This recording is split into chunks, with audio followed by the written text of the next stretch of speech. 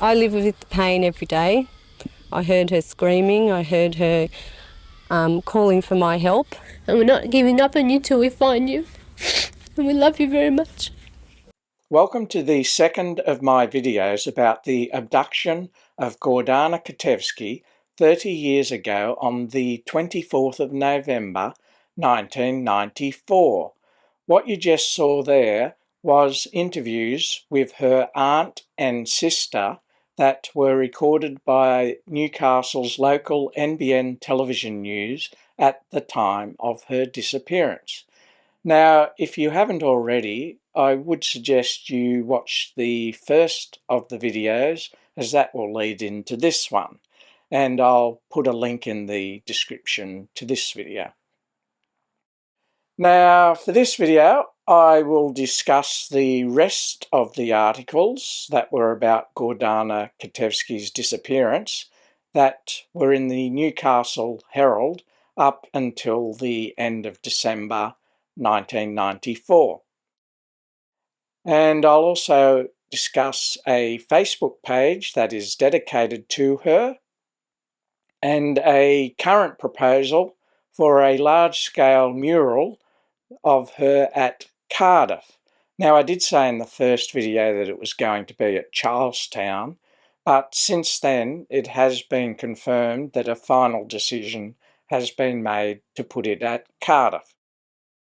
I'll now finish the article for Friday the 2nd of December 1994. So continuing on from the last video, police are waiting to hear back from a man who telephoned on Wednesday saying that he had seen a white Toyota Hilux in Stockton the night Gordana disappeared.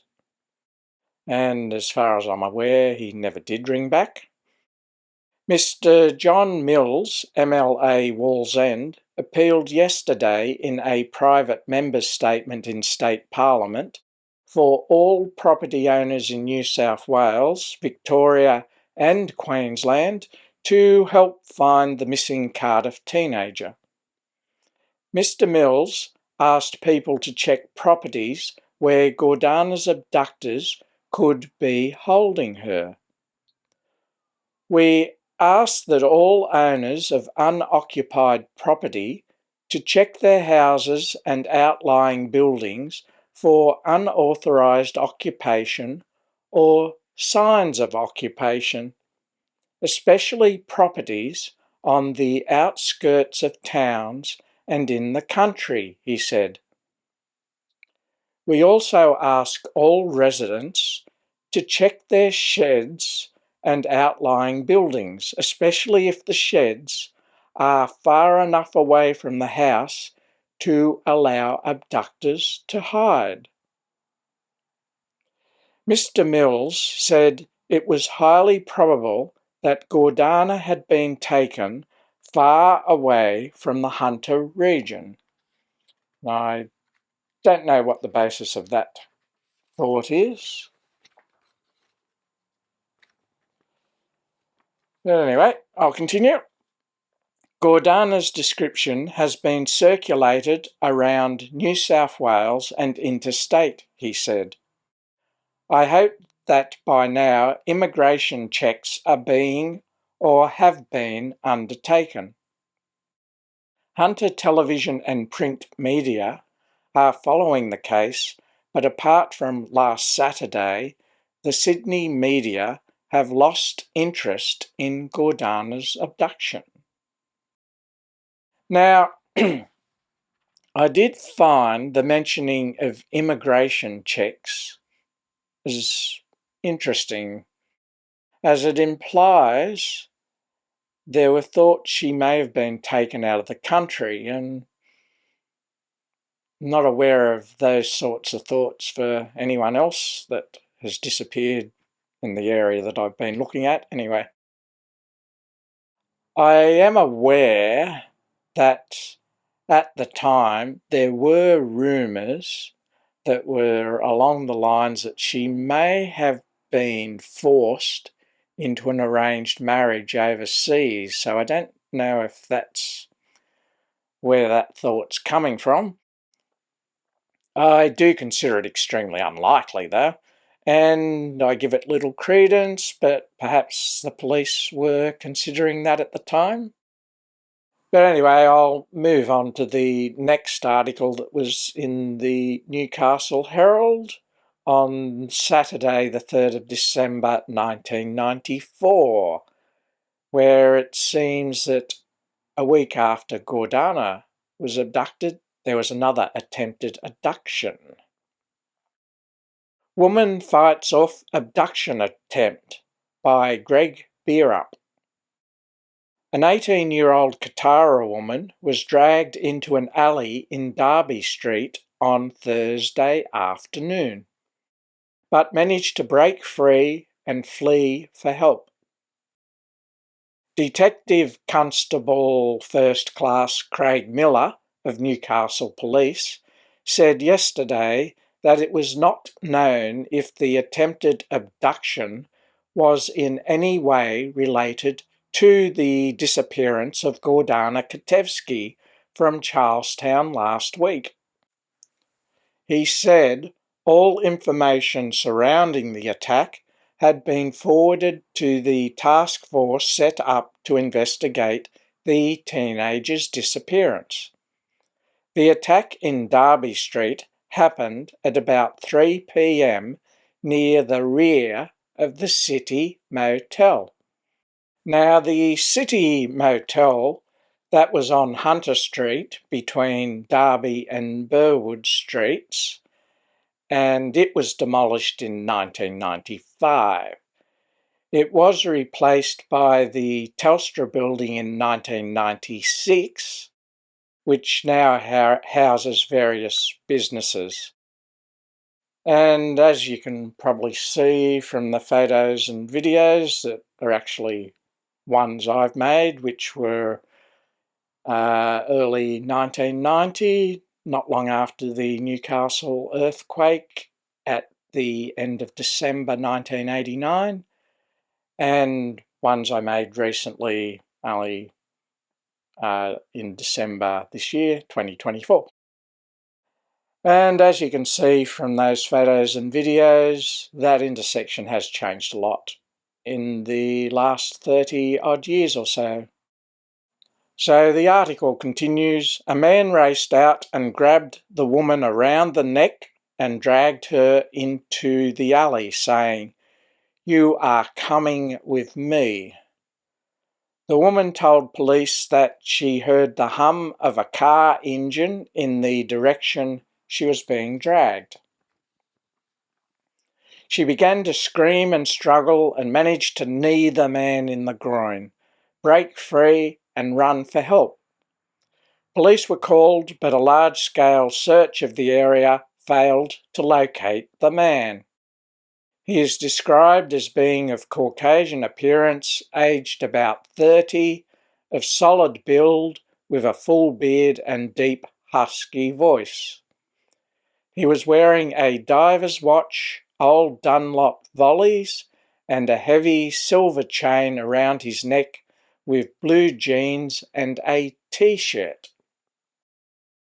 Now, this particular person was described as having a full beard, and that would tend to indicate he was not involved in the abduction of Gordana Kotevski, at least from what we know of the descriptions of the two people involved, but perhaps someone else was, because I doubt one of them would have grown a beard in a week.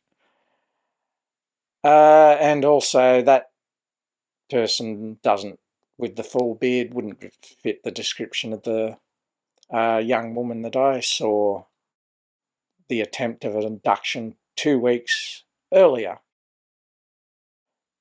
But either way it is, considering that there were 3 incidents that are of similar nature, attempted abductions or actual abduction in Gordana's case, and that they're unrelated, so it's a bit worrying. The article then goes on to discuss the investigations into Gordana's abduction, saying they had been overwhelmed by the public response since a computer image was issued of the alleged abductor. Detective Senior Constable Mark Plant of Charlestown Police said more than 50 calls had been received on a special hotline.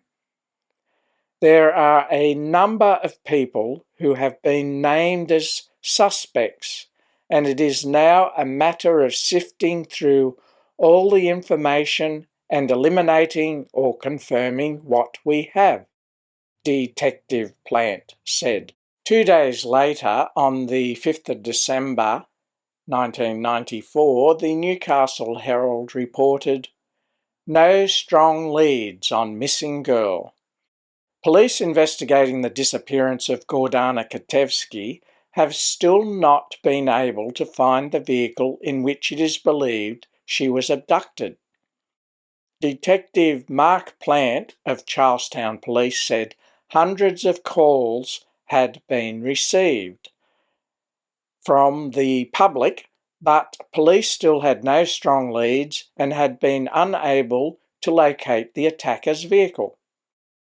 There was hope of a breakthrough on Saturday afternoon when a vehicle was seen dumped in the Hunter River at Tomago, but when it was pulled out, it was a small sedan.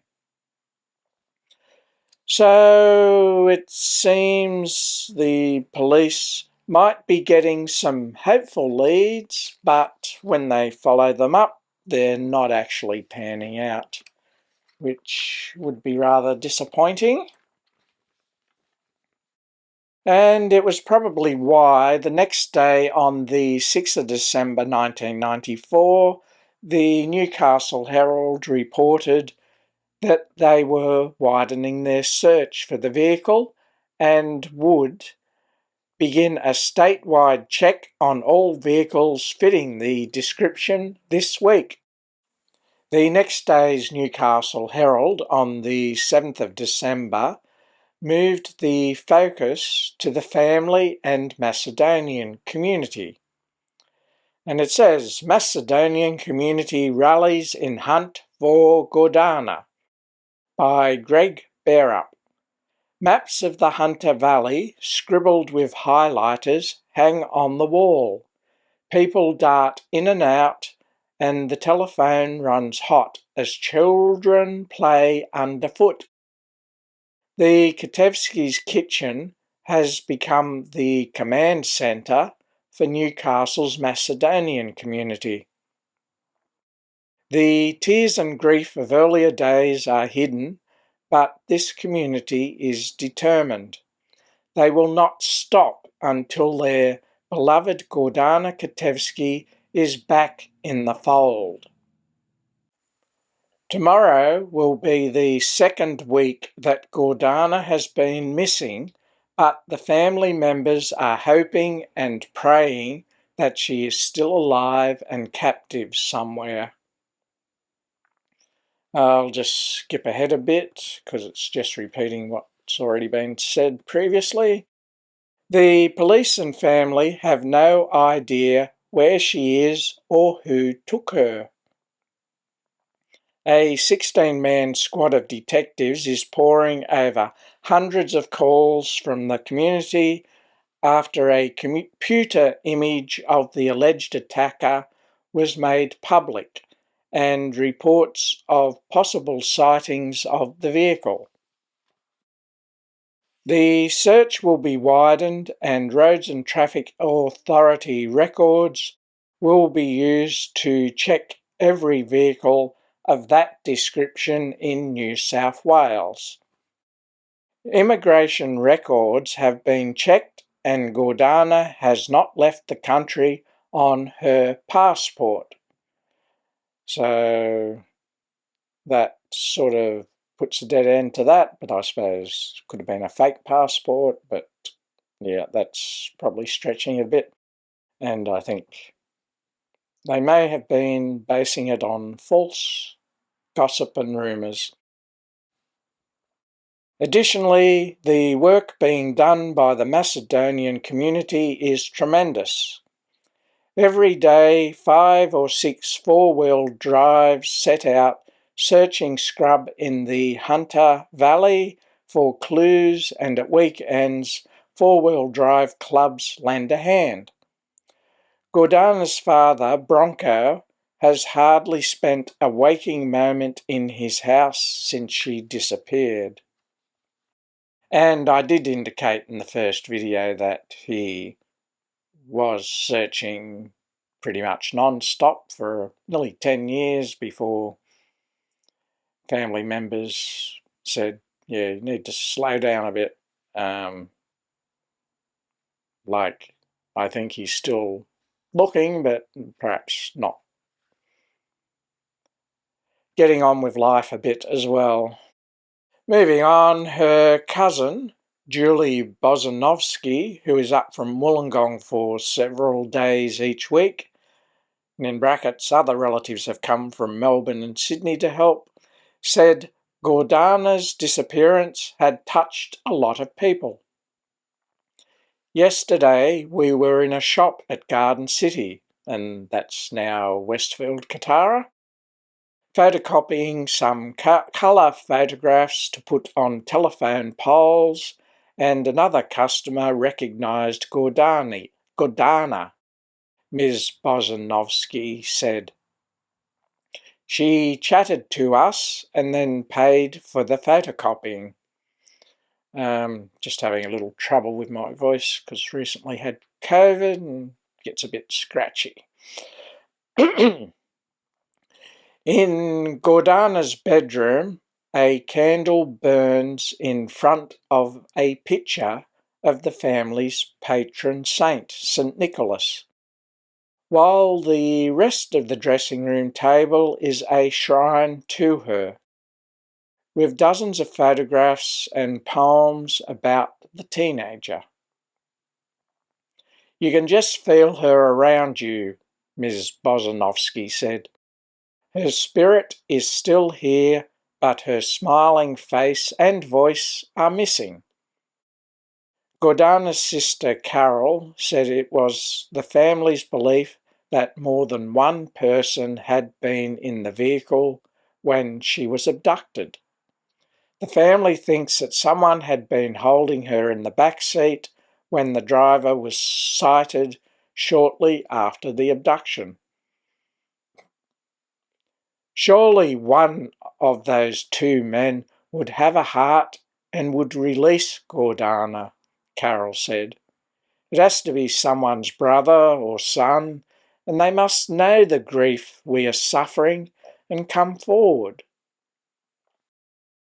Yeah, so after 30 years, it does seem a bit strange that where more than one person's involved, no one's ever come forward.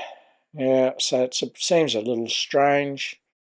You would think someone would know and would have at least said something to at least relieve the family's suffering, or if nothing else, to at least lift the burden from their own conscience that they know what happened.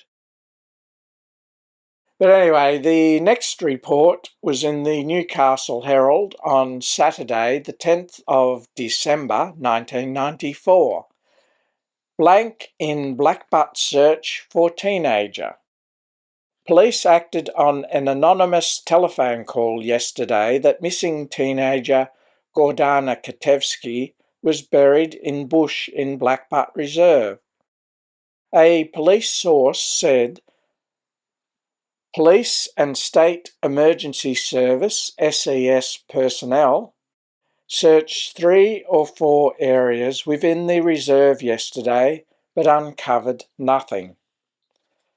Someone called police in the past day or so, stating that Gordana was buried in the reserve, but hung up before further questions could be asked. The controller for the Lake Macquarie SES, Mr. Darryl Marshall, said about 30 SES personnel and 10 police took part in the search of the reserve. Now, you would hope that this was not someone just playing silly buggers and wasting police time and resources that could have been used in following up genuine leads. But I suspect they, and possibly others, were playing silly buggers. As the next article I found in the Newcastle Herald would suggest this was the case. This was 10 days later, on the 20th of December 1994. Swamp search draws blank on Gordana. Waist high in the stinking waters of Jules Swamp, police divers searched yesterday for the body of Gordana Kotevski, while State Emergency Service volunteers scoured the neighbouring bush. Someone had called police last week and said a body might have been dumped in the swamp behind Bennett's Green. Like similar calls that the body was at Blackbutt Reserve, Hillsborough, Dudley and Glenrock Lagoon, the police search was fruitless. Since Gordana was abducted at Charlestown on November 24, police have been frustrated at every turn. And people playing pranks doesn't help. So these prank calls not only frustrated police, but may have also prevented closure for the family in making it more difficult for police to find and follow up clues to determine quickly what had happened to Gordana. But unfortunately, there were and probably always will be people who seem to be amused by wasting police time without thinking that, or even possibly caring, that about the extended consequences that their mischief causes and prevent police possibly saving a life. But anyway, after that, I only found one more article in the Newcastle Herald for December 1994, and this was on the 29th, which would have been Gordana's 17th birthday, and it summarises pretty much where the investigations had gotten to since she disappeared. Sorrow on Gordana's Birthday by Greg Bearup. School friends will gather. The family will be present, but there will be no party balloons and joy for those who loved Gordana Kotevski. She turned 17 today. Gordana went missing on November 24 while walking to her aunt's house in Powell Street, Charlestown. It is believed she was bundled into a twin-cab four-wheel drive, possibly a Toyota Hilux, and abducted. Neither the car nor Gordana has been sighted since. Since she went missing, her father, Mr. Bronco Kotevski, has not rested in the search for his daughter. Every day he and his friends travel to bush in the Hunter Valley and search for the vehicle or any clues that could help police. I have got to do something because I just can't sit here, Mr. Kotevski said yesterday. She can't have just disappeared. For police, it has been a tough, frustrating slog for evidence. The team of 16 detectives has been whittled back to 4, who will now spend their time sifting through information received. So cutting down the number of investigators seems to indicate they're running out of leads.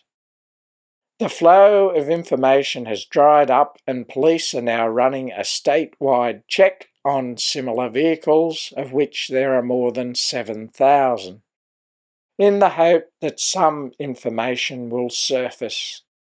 Mr. Kotevski said he would not stop until he found his daughter.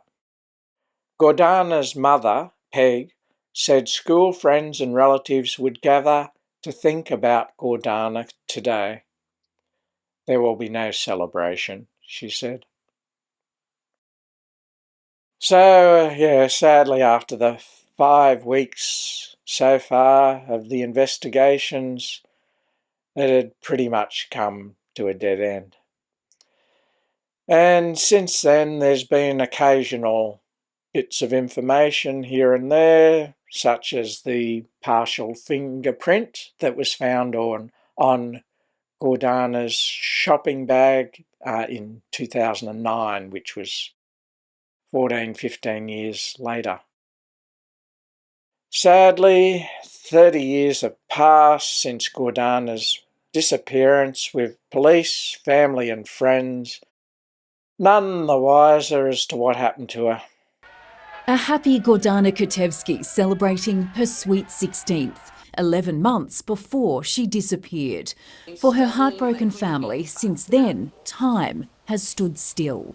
This November marks 3 decades after their nightmare began. Very loud female screams, and first of all it was really faint and then it just got loud, and I said to my husband, Gary, there's someone out there hurt or something, go out and see. And as we were coming out, that's when the car drove off. And we're not giving up on you till we find you. And we love you very much. Yes, and they haven't given up. Those clips were originally from NBN news reports at the time of her disappearance. Her disappearance is also well remembered in the Newcastle community. For example, graffiti such as this, which I'll put up behind me, appeared at several locations in Newcastle in November 2023, being last year, which would have been 29 years since she'd disappeared after being abducted. Then, on the 6th of May this year, 2024, a fundraising page was launched for a large-scale mural of Gordana to be put in a prominent place. I'll put a link to this website in the description. And the purpose of that was to remind people of her, this is the mural, and hopefully prompt someone who might have some vital information to come forward. Now, to date, about $22,000 has been raised for the mural. It was originally hoped that would be at Charlestown, which is where she disappeared, but on the 30th anniversary of her disappearance, it was announced it would actually be at Cardiff, which was the suburb she was living in at the time. And this was reported on NBN television news that night, being the 24th of November 2024. From mother's perspective, it's like happened yesterday. The anger's still there. It just feels like we've been in a time warp, and the grief, the uncertainty. But coinciding with today's difficult anniversary, the news a 26-metre-long prominent wall has finally been secured for a mural for Gordana, and it's in the suburb she called home, Cardiff. The mural at the shopping centre and close to busy Macquarie Road will become a permanent tribute to the much-loved teenager. She'll always be in whoever's done its face every time they drive past, so maybe they might get that guilty conscience and say, okay, well, we'll anonymously tell what occurred that night. Renowned Sydney-based mural artist Ruben Bortwood has been locked in and will begin early next year. I'll also mention there is a Facebook page dedicated to Gordana, and I'll put a link in the description. and it has various information about Gordana, also other disappearances, and I do recall that on the anniversary of her disappearance there was a poem, I think it was one of her friends had written, that was put on the page, plus various other posts. So that might be an interesting page for you to look at and get a little bit more information and follow any current information that may be revealed. Next year, being 2025, I do intend to make a few more videos about Gordana, about things that have happened since her abduction and disappearance in 1994. This will include the investigations of Strike Force Fenwick and various newspaper reports at the time. So that strike force commenced in 1998 and concluded in the early 2000s. And I'll also report on the inquest that was held into Gordana's disappearance, which occurred in 2003, and also any other bits and pieces of information that I come across. But in the meantime, if you know anything related to Gordana's abduction and disappearance, or any other disappearances, please contact Crimestoppers in the hopes of at least removing some of the suffering of the family and friends in not knowing what happened to their loved ones. I hope you've found this video interesting and informative, and if you'd like to see more of my videos, please subscribe and click on the bell to be notified when I upload them. And if you'd like to support me to make more videos, you can do so at Patreon. I'm David A. Elliott. Have a good one and see you around. Like a rissole.